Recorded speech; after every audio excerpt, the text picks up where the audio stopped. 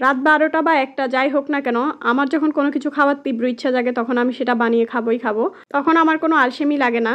তো আমি তো এমনিতে রাত্রে ভাত তেমন খাই না।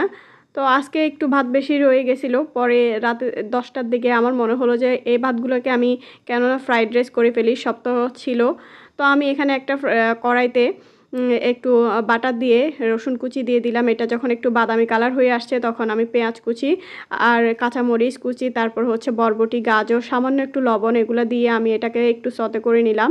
এরপরও হচ্ছে একটা ডিম ভেঙে দিছি। তো ডিমটাকেও একটু ঘুটে নিয়ে ভালো করে এই সবজির সাথে মিক্স করে নিব। তো আমার এগুলা মিক্স করা হয়ে গেলে আমি এখানে টমেটো কুচি আর টমেটো কেচাপ দিয়ে দিলাম।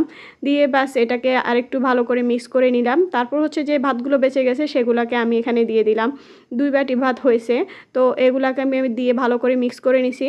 এরপরে দেখেন আমার ফ্রাইড রাইস একদম রেডি। তো আমি এখানে একটু ধনেপাতা দিয়ে দিলাম।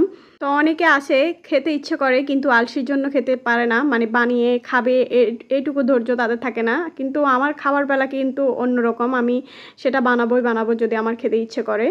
তো যাই হোক আমার ফ্রাইড রাইস রেডি হয়ে গেল। আপনাদের কাছে কেমন লাগলো আমার ভিডিওটি অবশ্যই কমেন্ট করে জানাবেন। আমি অর্ধেকটা খেয়ে ফেলছি, আরও টক দই দিয়ে খাচ্ছি, আমার কাছে এত বেশি ভালো লাগছে আলহামদুলিল্লাহ। তো আপনারা যদি খাওয়ার পরে যদি 2-1 চামচ যদি টক দই খান দেখবেন খাবারটা তাড়াতাড়ি হজম হয়ে যাবে। তো ভিডিওটি ভালো লাগলে শেয়ার করবেন।